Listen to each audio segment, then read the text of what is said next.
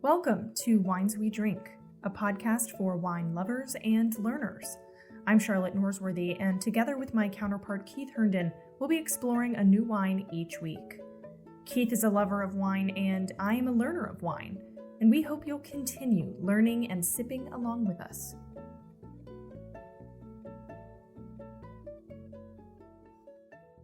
Hello, everyone, and welcome back to the Wines We Drink podcast. We're excited to bring you our 5th episode of our 2nd season. I'm Charlotte Norsworthy, and with me, as always, this summer is my co-host, Keith Herndon, a certified wine sommelier. Yes, hello, Charlotte. It's wonderful to see you today. We say this a lot at Wines We Drink, but today is another amazing summer day to drink wine together. That also makes it a great day to share today's bottle with our fabulous audience. And we love hearing from our audience, so please send us any feedback you may have. Oh yeah, absolutely, including pictures of your own glasses. I think that would be so cool. Our loyal listeners will know that we've returned to our Wine Kitchen studios with the last week's episode after recording our first 3 episodes of Season 2 at the Tapped Wine Bar. And our experience at Tapped was outstanding, and we'll be going back there before the season is over. So meanwhile, you can find all of this season's episodes as well as Season 1 wherever you listen to your podcasts. Yes, listeners, we're recording today in the comfort of our home base. And that is appropriate because I like to think of the wine we're drinking today as a comfort wine. Oh, I love the sound of that, a comfort wine. Please tell us more. Yes, I'm eager to explain today's selection, but first allow me to set the stage based on what we've tasted so far this season. As I mentioned last week, I have grown quite fond of several of the lesser-known white varietals from the Old World. And so far this season, we've had a Greek Assyrtiko, an Austrian Gruner Veltliner, and an Italian Gave, which is made from the Cortese grapes. Well, today we're switching it up a bit. We're going to be drinking a varietal that has deep roots and ancestry in the Old World, France's Burgundy region to be precise. But the bottle we're opening today is from the New World, Oregon's Willamette Valley in the United States. So we're going to be drinking a wonderful example of a Pinot Gris, a grape that is now as home in Oregon as it is in its native France. Wow. Yeah, that sounds great. I mean, before we drink today's selection, I have to ask, both for myself and for our listeners, what's the difference between a Pinot Gris and a Pinot Grigio? Yes, Charlotte, that's an excellent question, and a lot of listeners, I'm sure, will be asking the same thing.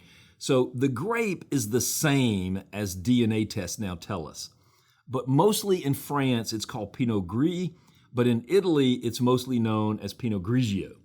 In other parts of the world, it seems the two names are being used somewhat interchangeably.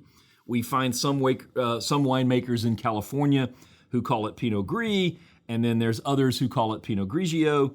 In Oregon's Willamette Valley, where today's bottle comes from, this varietal is mostly known as Pinot Gris.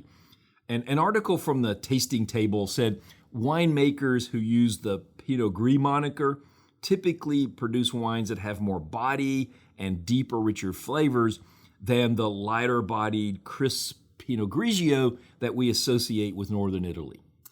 Okay, well, that was a clear answer. Listeners, I think it's another one of those wine conundrums. Pinot Gris, Pinot Grigio, same grape, potentially completely different styles. But today we're in Oregon's Willamette Valley, and so specifically, what are you opening today for us in this bottle? Yeah, today's bottle is a wonderfully fresh 2021 vintage from the Anami Winery in Carlton, Oregon. Wow, wonderfully fresh. What do you mean? Well, yes, that's another great question, Charlotte. I mean, you're bringing your interviewing chops to the show today. I think Pinot Gris is meant to be consumed young. So I like to find some examples of recent releases. These grapes were harvested in late September and early October, and then a portion of the wine was aged on lees, which means in contact with the yeast residue in the bottle for about 4 months, right? These 2021 bottles were just released in March. So that's what I mean by wonderfully fresh. So buy it and drink it now, but it will also be perfectly fine for 2 or 3 years in the bottle, maybe even longer. Wow, okay. Well, that sounds great. I'm excited to drink a newbie. Let's get started. Yes, I'm going to open this. This one has a screw top, which I love for picnics. So let me just open that, and you can hear the screw top coming off, and then we'll pour a couple of glasses. Perfect. Yes. A picnic would be beautiful right about now. Yeah, you're pouring them into the glass, and I'm seeing a very pale color. I mean, it's coming out of, a browner bottle, but it's very clear in the color and, very golden. I would say probably closer to yellow, but it's, comparing it to the other white wines we've had, so far this season, it seems one of the paler. Yeah, colors. I would say that those color descriptions are excellent. I mean, it is a pale, I would say a pale yellow, but in some ways it's almost a translucent color. Very watery, very refreshing, looking color. It does look really refreshing, and the color almost looks different from the base of the glass to the top of the wine. So it kind of changes color depending on the light, like you said. Sure. So please now smell the wine and describe for our listeners some of the aromas that you're picking up. Okay.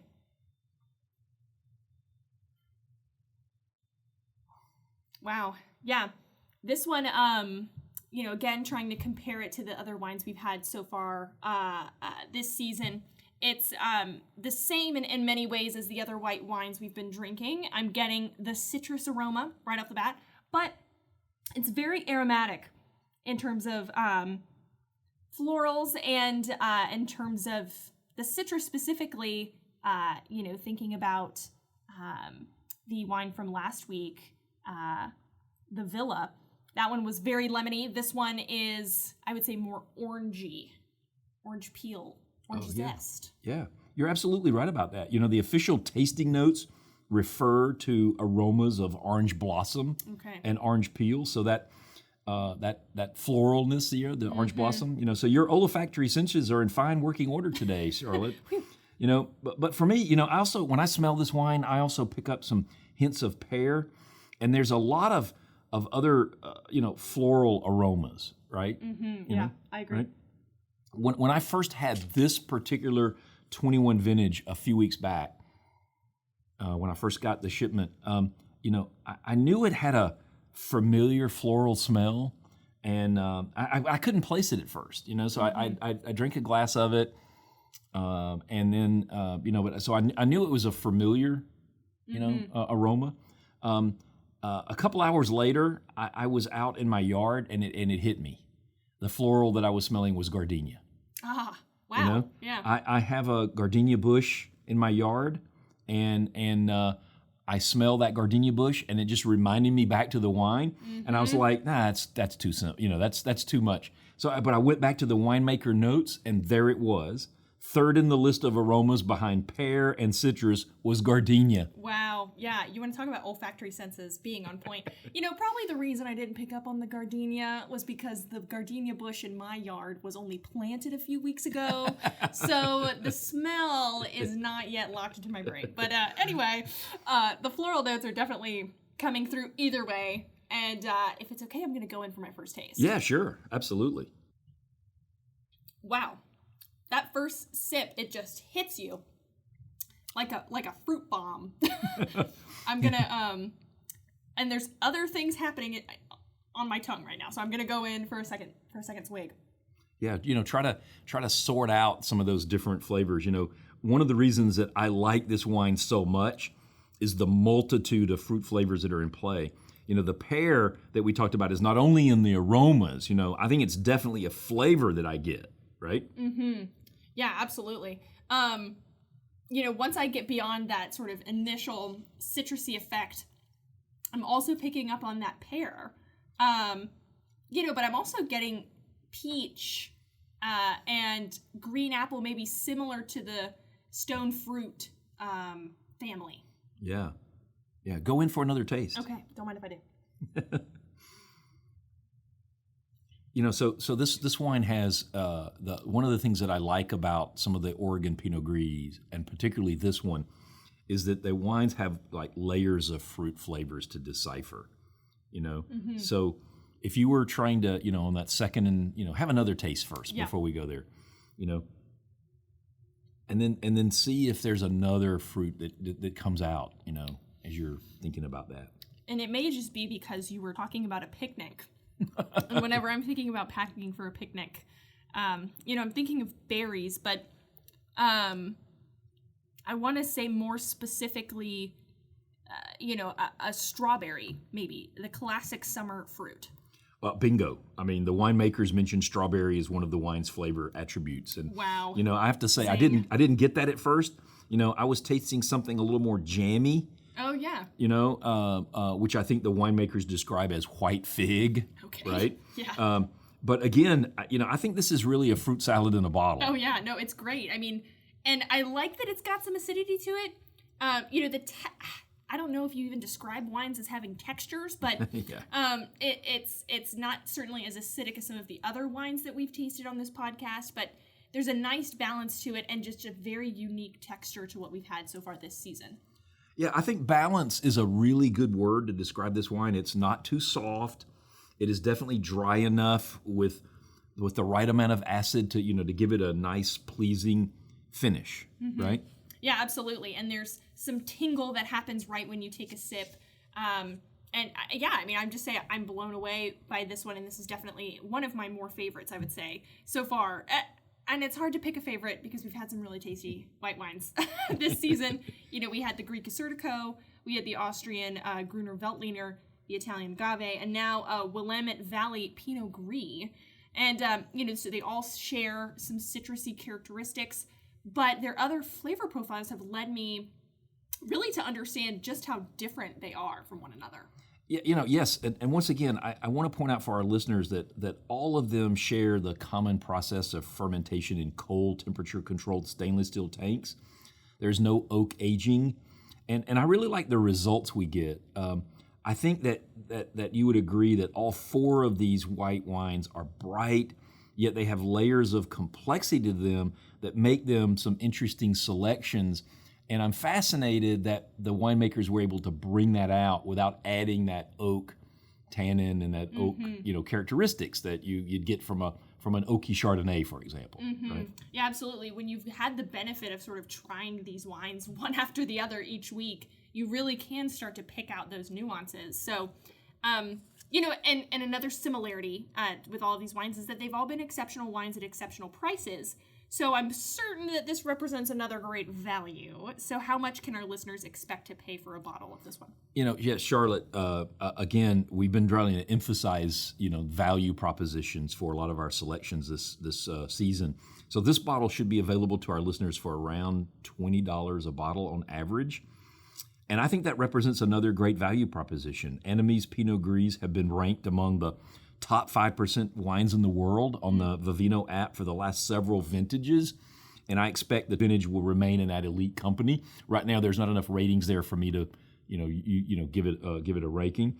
And again, I want to remind all of our listeners that we're selecting the wines we drink based on what I like, right? We're not being paid for these recommendations. So when you listen to our podcast, you're getting my honest opinion about a wine I like and that I actually drink. And in this case, I've actually been to the Anami Winery in Willamette Valley, and I just believe they do an outstanding job. Yeah, I mean, hey, if we ever figure out how to get paid to drink wine for a living, I think we'll be doing really well. But either way, I think it's really cool to hear about this Pinot Gris, and I'm excited to be able to taste it with you. So is there anything else to share before we go to break? Yes, I think it's important to note that a family-owned winery like Anami also features a woman winemaker, Gabby Vignes. In a business that's been very male-dominated over the years, it's always great when we can give a shout-out to women who are breaking down those barriers. Gabby has worked at wineries and vineyards in her native Chile, also in New Zealand, France, Australia, and in the United States, and now that she's making just some awesome wines in Oregon. Wow, yeah, no, that is an awesome note and one to celebrate. So cheers to you, Gabby, if you're listening. Hi. We love your wine. We're going to take a short break, though.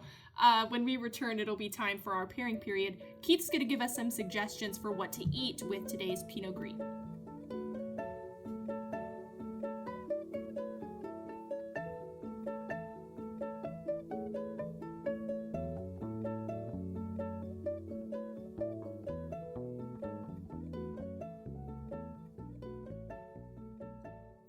Welcome back to our 5th episode in Season 2. We're now in the pairing period portion of the show.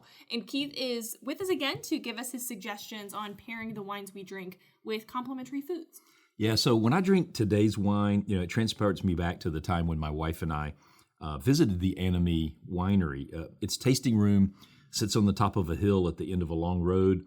You get these amazing views of the vineyards and the Oregon countryside. It's not a pretentious place at all. It's just the opposite of that. And to do this wine justice doesn't require any fancy food, right? I don't think you need to look much further than the winemaker's own tasting notes, which suggest serving this wine with a Caesar salad and a simple roast chicken. Yeah. I mean, hey, sometimes I'm that simple gal. And, that sounds simply delicious to me. That's why I described this wine at the outset as a comfort wine. Don't fuss over this at all. Just enjoy it with a simple meal. The winemaker also suggests pairing it with seared trout and grilled squash.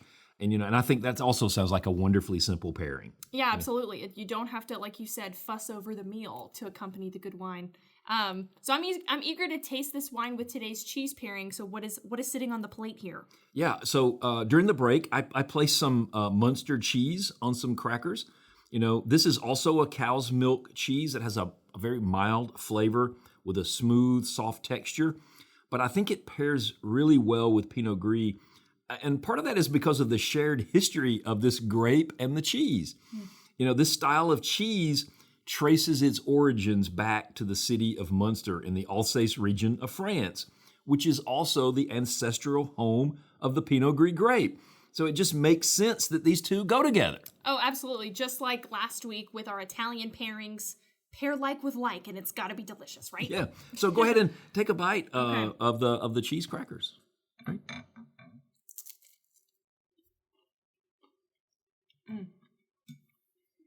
Well, that cheese is great. I'm going to go in for a sip.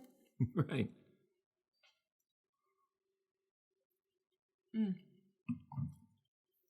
Yeah, that wine has just enough acidity to sort of cut through the smoothness of the cheese, and I love Munster. I'm sure that's a familiar cheese for many of our listeners too. It's so tasty. So the mouthfeel compatibility, it's having a party in my mouth right now. Yeah. Well, it's just like those two old friends that know each other really well, right? Absolutely. And the history of the grape and the history of the cheese, it just this is a cheese and wine pairing that's just meant to be. Right. It is a match made in heaven. So listeners, I'm just gonna break it to you. Keith and I are gonna keep sitting here. We're gonna keep drinking this Pinot Gris and eating these cheese crackers with Munster cheese on top. But for now, it's time for us to say goodbye. Before we go, though, Keith, can you tell our audience what's in store for next week? Yeah, the summer has just been flying by, right? And just like last year, we're going to celebrate the midpoint of the season with some sparkling wine. We're going to be drinking one of my faves from Napa Valley. Wow, 4th of July week and bubbles. Can't wait. Thanks, everybody. Yeah, thanks, everybody. We'll see you next week.